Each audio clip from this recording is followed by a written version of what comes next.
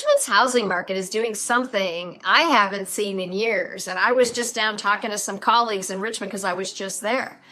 And I was in a meeting where we were discussing how home prices in Richmond are at an all-time high.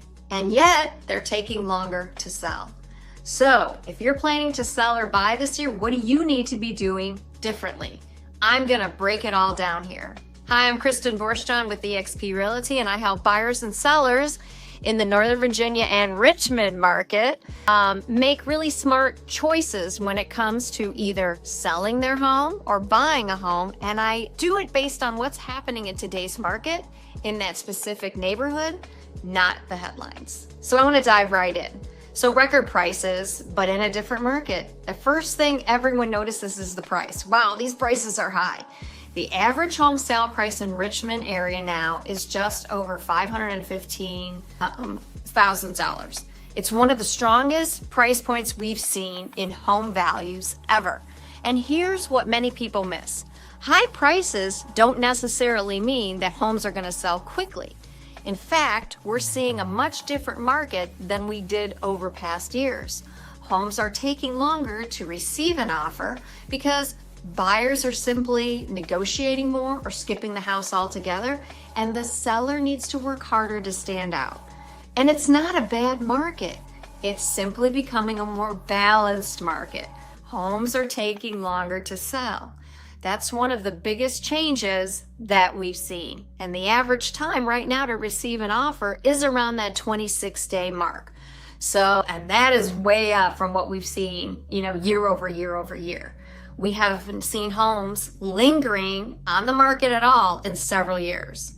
And that doesn't mean that buyers have disappeared. It just means that they are taking their time. Instead of writing offers on the first home they see because they feel like they have to snatch it up, they're out there comparing homes, negotiating on things, and making sure they're getting good value for what they're purchasing. Inventory has improved compared with the extremely low levels we experienced over the past few years as well. And we're still well below what economists consider a balanced housing market. It's just a little more imbalanced than it was. And there's more choices for buyers than there were in 22, 23, 24, but there's not enough to satisfy the demand. That's why well-priced, well-prepared homes are selling, period. So what are today's buyers thinking about? Well, you know what? They're extremely educated. They're watching the mortgage rates. They're calculating their monthly payments. Many families moving to Richmond are attracted by the lifestyle, the incredible restaurant scene, the outdoor recreation and employment opportunities that the surrounding Richmond area is bringing. But they're also patient. If they don't find the right home, many will choose to continue to rent rather than wait and settle for something that doesn't fit their family needs. They are not rushing into making an offer. And that's what sellers are maybe getting wrong, and it's a mistake that I see some sellers do when they're pricing their home based on what a neighbor or another comp might have been in their neighborhood, assuming that their home should sell for that. But today's buyers aren't responding to that strategy. Instead, they're waiting, they're negotiating. And in many cases, and I've seen this throughout the entire area, sellers are ending up with price reductions, and those price reductions are often lower than where they could have priced strategically from the very beginning. Pricing correctly is still one of the biggest advantages a seller has. Presentation matters more than ever now for today's buyer. And this may be the biggest takeaway from today's market because buyers have more choice. Your home has to make an incredible first impression. Great curb appeal and landscaping and updated lighting and quality flooring. A home that feels clean, bright, and well cared for is what they're looking for. They don't need a complete flip. They need the details. That's the difference between getting very few offers and getting a lot of activity. Inspections are back, and so buyers are being much more careful during inspection timelines. And if major issues show up, then they are going to walk. They are not interested in any deferred maintenance, and many buyers are choosing to walk away rather than take on unexpected expenses.